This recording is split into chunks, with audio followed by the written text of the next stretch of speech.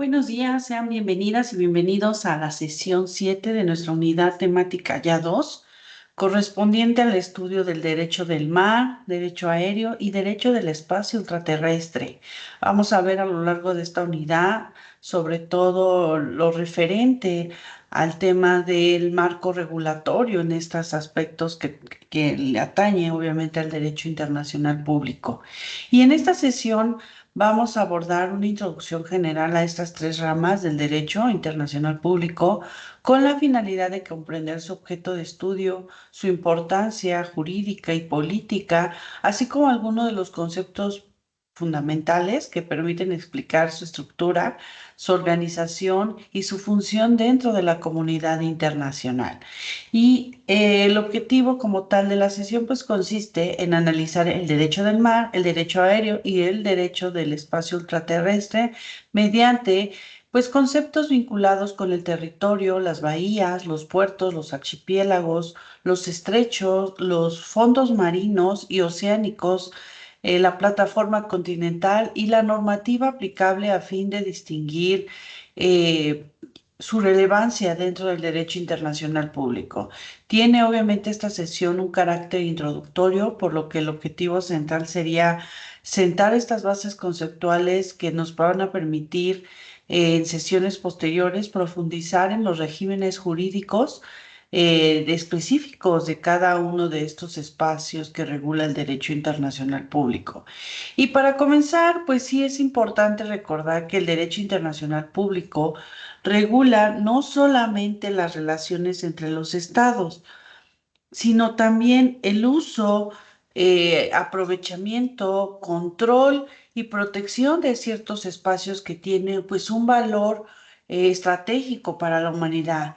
Entre estos espacios se encuentra el mar, el aire y el espacio extraterrestre. Por ello, su regulación pues no puede ser o quedar exclusivamente a la voluntad unilateral de los estados, sino que requiere de principios, tratados y mecanismos internacionales que permitan ordenar la convivencia y prevenir conflictos.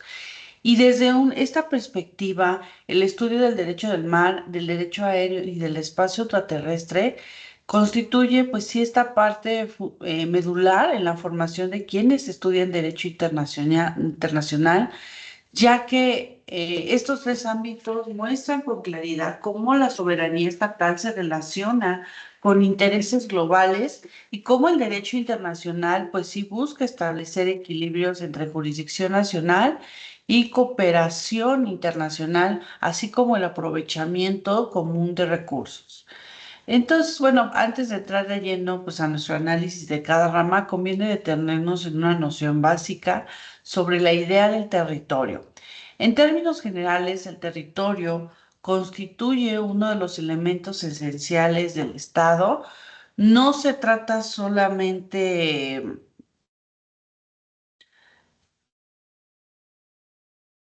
Perdón, no se trata solamente de una extensión de tierra delimitada por fronteras, sino que de un espacio integral en el que el Estado ejerce voluntad, organiza la vida jurídica y proyecta su soberanía. Cuando hablamos del territorio estatal, solemos pensar primero en el espacio terrestre. Sin embargo, desde una visión jurídica pues más amplia, el territorio comprende también otros espacios vinculados a la jurisdicción estatal. En este sentido, podemos identificar el espacio terrestre, el espacio marítimo, el espacio aéreo y el subsuelo, ¿no? Cada uno de estos ámbitos presenta características particulares y al mismo tiempo plantea preguntas jurídicas específicas en relación con la soberanía, la jurisdicción, los límites y la cooperación internacional. El espacio terrestre comprende el suelo y el subsuelo, así como los elementos naturales y artificiales que se encuentran dentro de las fronteras estatales. Sobre este espacio, el Estado ejerce soberanía plena, salvo las limitaciones derivadas del derecho internacional.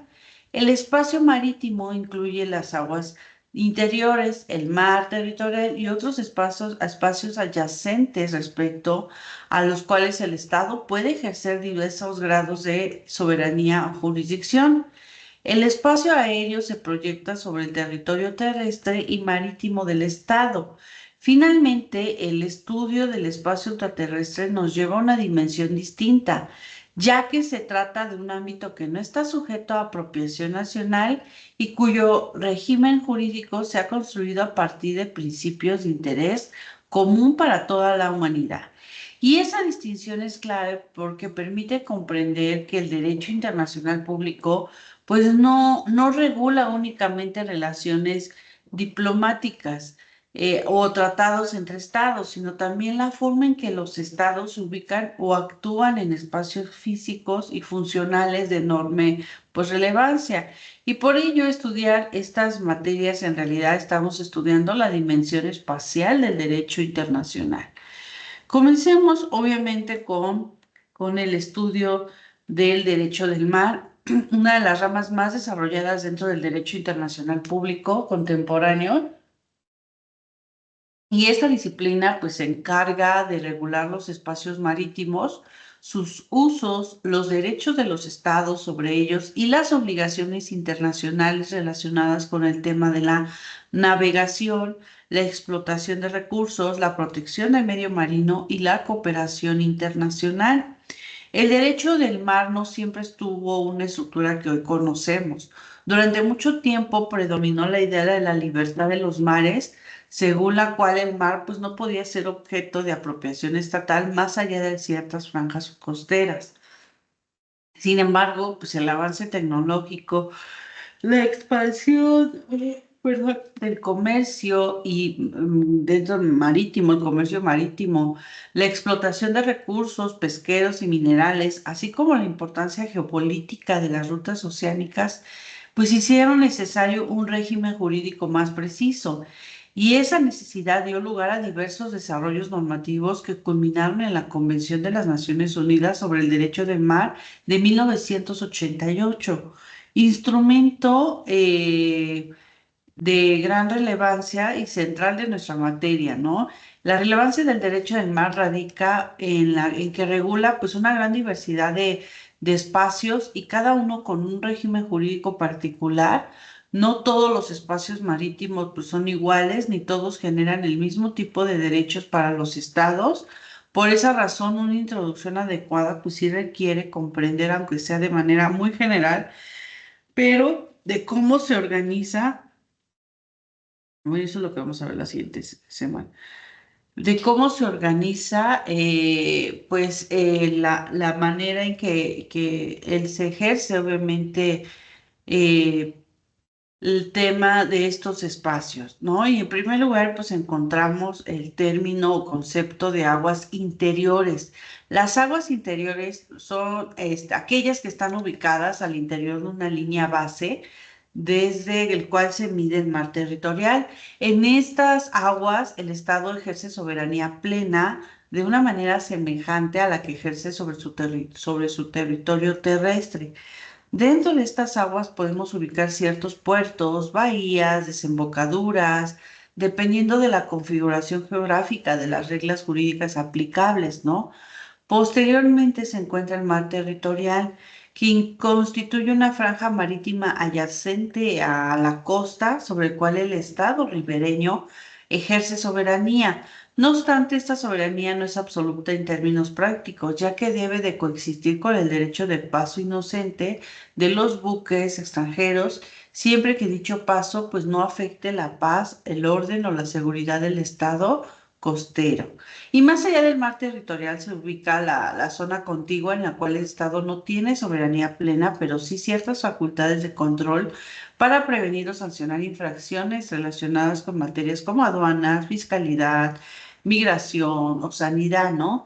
Después aparece esta zona económica exclusiva que reviste de enorme importancia porque concede al Estado costero derechos soberanos para la explotación de conservación y administración de sus recursos naturales, tanto vivos como no vivos, de las aguas subyacentes o subyacentes del lecho y del subsuelo marino. Y también, bueno, tenemos la plataforma continental, otro concepto muy básico que se va a ver dentro del estudio del derecho del mar, que viene siendo la figura central del derecho del mar. La plataforma continental se relaciona con el lecho y el subsuelo marinos y otorga al Estado costero derechos soberanos para explorar y explotar recursos naturales. Aquí sí es importante destacar que estos derechos no dependen de la ocupación efectiva, sino que existen por el solo hecho de la prolongación natural del territorio terrestre hacia el mar, conforme a ciertos criterios establecidos internacionalmente. Y más allá de las jurisdicciones nacionales encontramos el alta mar y fondos marinos internacionales, espacios cuya regulación depende a principios distintos, entre ellos la libertad de navegación y en caso de zonas de lecho marino, la idea del patrimonio común de la humanidad. Obviamente, todos estos conceptos los vamos a ir abordando ya de manera muy específica en casos en donde, bueno, se ve obviamente la aplicación del derecho del mar. Conocen, por ejemplo, cuántos estados no tienen obviamente acceso o no son estados costeros. Eso, bueno, lo vamos a ver en la siguiente sesión. Aquí, bueno, son conceptos principales que vamos a estar abordando, obviamente, a lo largo de esta unidad 2.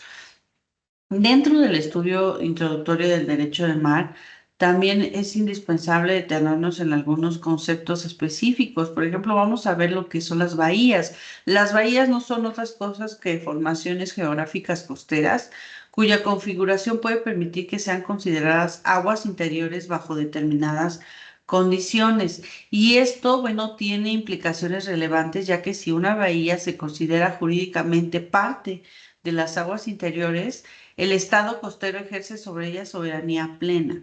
No se trata, por tanto, de una simple clasificación geográfica, sino una figura jurídica con consecuencias directas sobre la delimitación, espacial de la soberanía. Los puertos representan puntos estratégicos, que es otro concepto interesante dentro del derecho internacional, del derecho del mar, que tiene esta conexión, obviamente, cuando hablamos de puertos, luego nos viene a la mente la conexión comercial, logística y política entre el territorio estatal y la navegación internacional. Jurídicamente se encuentran bajo jurisdicción del Estado al que pertenecen, pero al mismo tiempo están insertos en un sistema internacional de movilidad marítima que exige reglas sobre acceso, seguridad, sanidad, comercio, control portuario. ¿No? Los puertos son en ese sentido espacios donde convergen la soberanía estatal y la interdependencia global. Los archipiélagos también ocupan un lugar relevante. En el caso de estados archipelágicos, el derecho internacional reconoce ciertas facultades para trazar líneas archipelágicas y ejerce derechos sobre las aguas comprendidas entre las islas, siempre que se cumplan criterios establecidos por esta normativa internacional. Esta regulación responde obviamente a la necesidad de reconocer realidades geográficas específicas sin perder de vista la navegación internacional y el equilibrio entre la soberanía y la libertad de tránsito. El otro tema, otro concepto que también podemos ver son los estrechos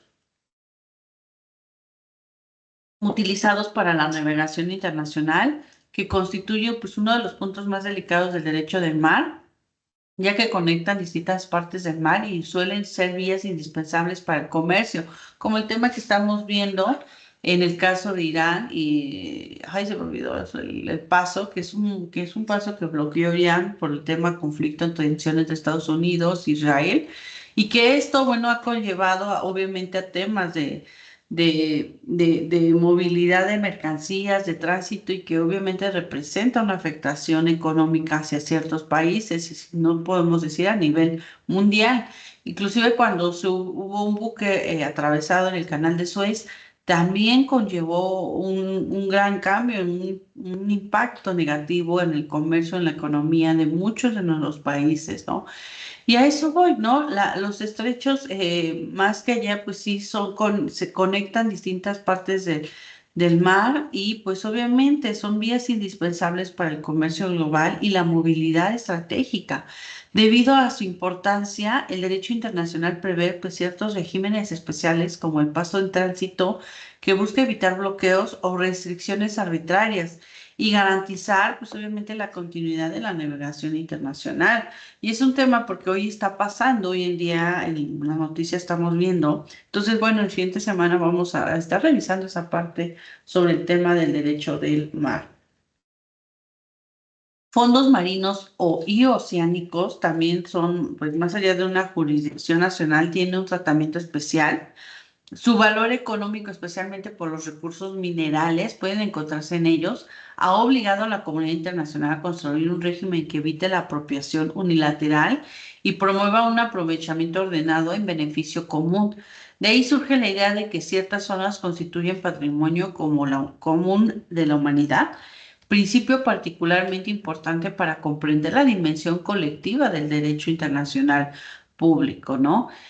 Habíamos visto que la plataforma continental les mencionaba que es esta parte importante del estudio del derecho del mar porque conecta la geografía física con la explotación de recursos estratégicos en tiempos crecientes de interés por los hidrocarburos, minerales y otros recursos de subsuelo marino, y esta figura se vuelve esencial para comprender disputas de delimitación marítima, reclamos soberanos y sobre todo responsabilidades internacionales. La relevancia del estudio del derecho en el mar se puede explicar desde múltiples planos, desde una perspectiva económica, porque buena parte del comercio internacional se realiza por vía marítima. En segundo lugar, desde una perspectiva ambiental, porque los océanos son ecosistemas fundamentales para la vida en el planeta. Y en tercer lugar, desde una perspectiva de seguridad, porque el mar es el escenario de operaciones militares, tránsito estratégico, control fronterizo y combate a actividades ilícitas como la piratería, el tráfico de personas, el contrabando o la pesca ilegal. Y a esto debe de sumarse el hecho de que el mar concentra recursos energéticos, pesqueros y minerales cuya explotación puede generar tensiones entre estados.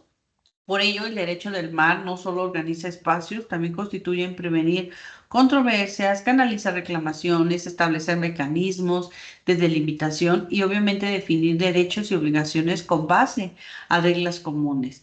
Desde la perspectiva del derecho internacional público, esta rama, pues, del derecho del mar muestra, pues, una gran claridad cómo la soberanía de los estados no desaparece, pero sí se articula dentro de marcos normativos multilaterales. El mar, por tanto, es un espacio tanto donde soberanía, cooperación e interés común interactúan de forma constante.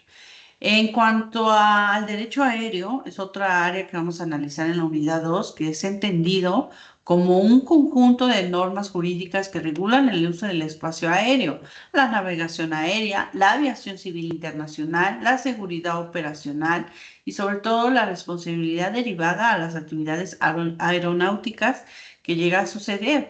El desarrollo del derecho aéreo estuvo estrechamente vinculado con el avance tecnológico del siglo XX. La posibilidad de desplegarse por aire transformó radicalmente las comunicaciones, el comercio, la guerra y sobre todo la movilidad internacional.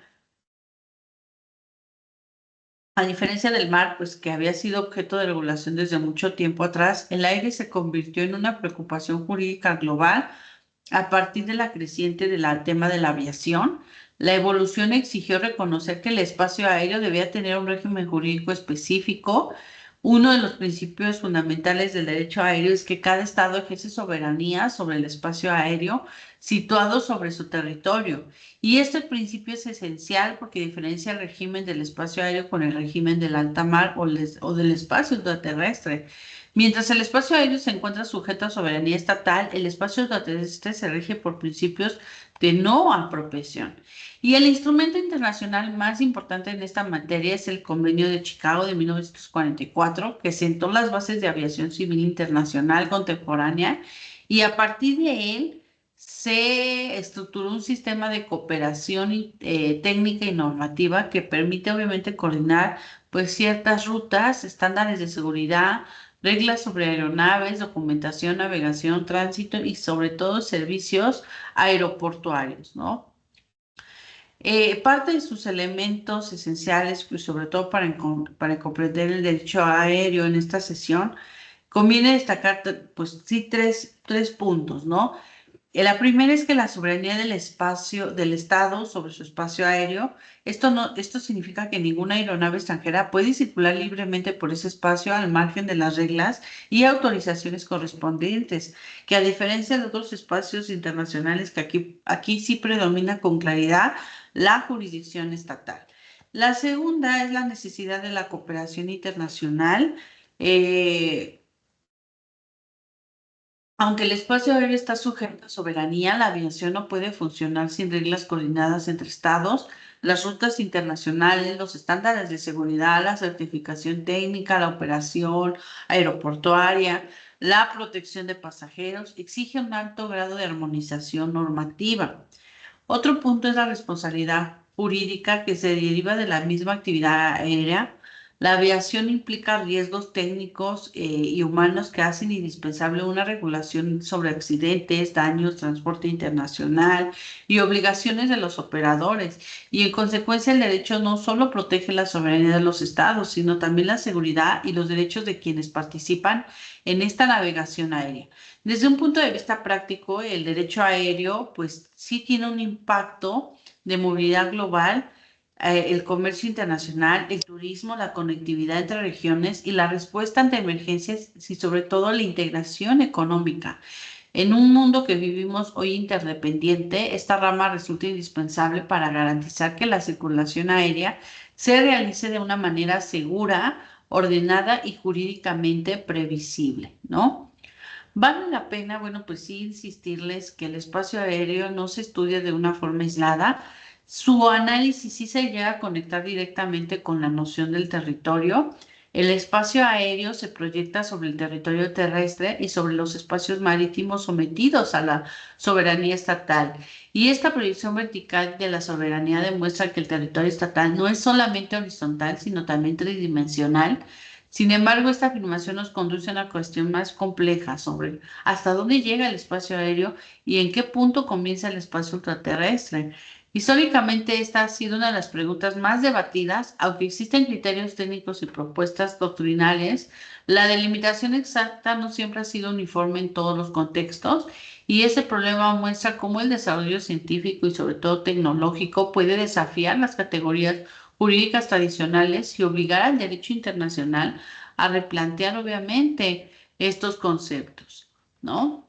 Y bueno, por último, la parte de nuestra introducción es el derecho al espacio ultraterrestre, que esta rama regula las actividades humanas realizadas más allá de la atmósfera terrestre y se ha vuelto particularmente relevante debido al desarrollo científico, la exploración espacial, y el uso de satélites, las telecomunicaciones, la observación terrestre, la navegación satelital y sobre todo, o lo que hoy vemos más reciente, proyectos vinculados al turismo espacial y a la explotación, perdón, a la explotación sobre todo de recursos extraterrestres, ¿no? A diferencia del derecho del mar y el derecho aéreo, esta rama se construyó a partir de la lógica distinta, ¿no? El espacio extraterrestre no debía convertirse en un ámbito de apropiación nacional y de dominación unilateral.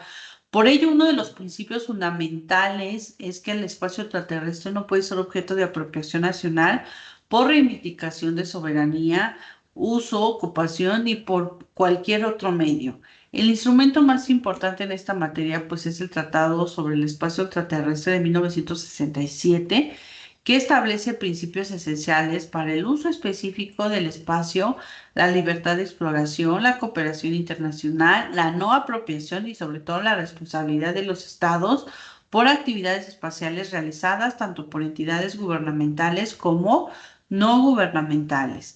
Y este régimen jurídico responde a un contexto histórico específico, la carrera espacial y la tensión geopolítica durante la Guerra Fría. El riesgo, frente al riesgo de la militarización y apropiación del espacio, la comunidad internacional consideró necesario establecer principios mínimos de convivencia, aunque en el contexto tecnológico actual es muy distinto, esos principios pues siguen siendo la base del derecho espacial contemporáneo. Y en esta sesión, bueno, pues sí conviene destacar, bueno, estos principios. El primero es la libertad de exploración y el uso del espacio ultraterrestre, que esto no significa que todos los estados, sin discriminación, tienen derecho a explorar y a utilizar el espacio, sin siempre conforme al derecho internacional. El segundo principio también básico es la no apropiación nacional. Ningún estado puede reclamar soberanía sobre la Luna u otros cuerpos celestes o el espacio ultraterrestre en general.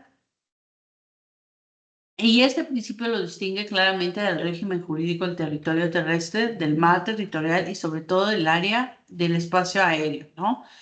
El tercero es el uso pacífico del espacio. Aunque el alcance exacto de esta idea ha sido objeto de debates, existe un consenso básico de que en torno a que el espacio pues no debe ser escenario de apropiación militar agresiva ni de actividades incompatibles con la paz y sobre todo la seguridad internacional.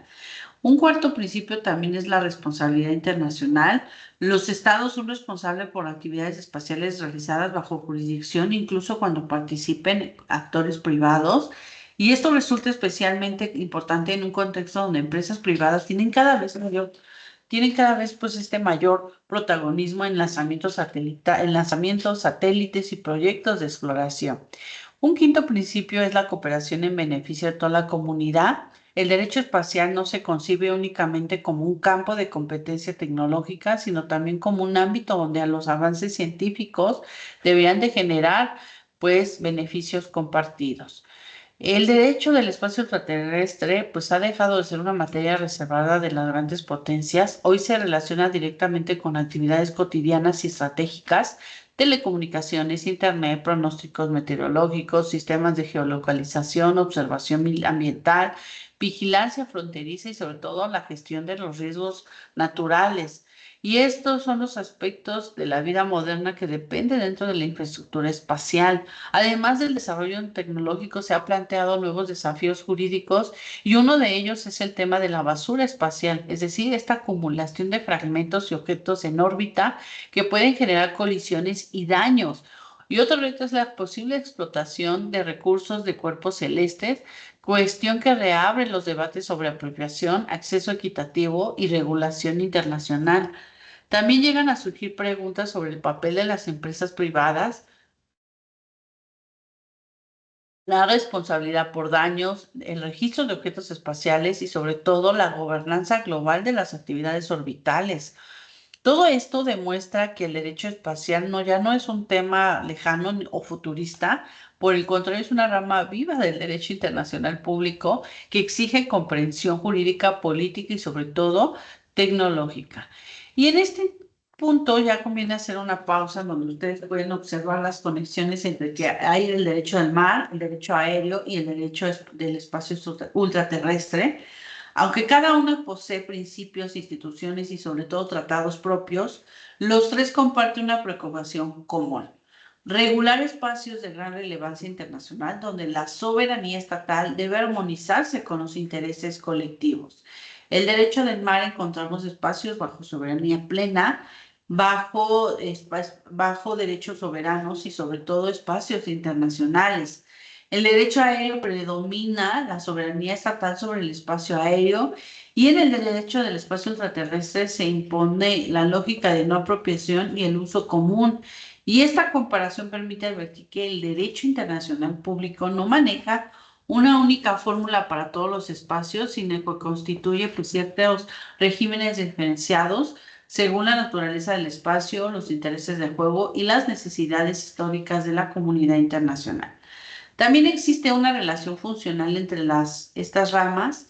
El comercio global depende de rutas marítimas y aéreas. La seguridad internacional involucra vigilancia marítima, control aéreo y tecnología satelital.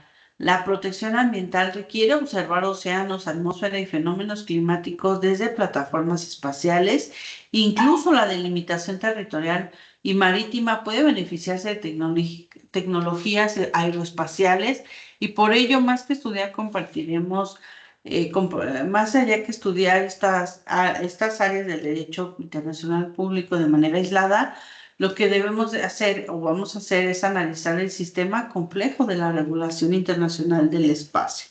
Y desde la perspectiva del derecho internacional público, estas tres ramas sí tienen una gran abundancia formativa. En ella se pueden observar con claridad temas de soberanía, temas de jurisdicción, cooperación, también delimitación, responsabilidad internacional, solución pacífica de controversia y el uso común de ciertos espacios. Y este estudio que vamos a tener en las siguientes sesiones sí permite advertir que cómo el derecho internacional responde a desafíos históricos concretos. El derecho del mar se consolidó frente a la necesidad de regular recursos, navegación y delimitaciones.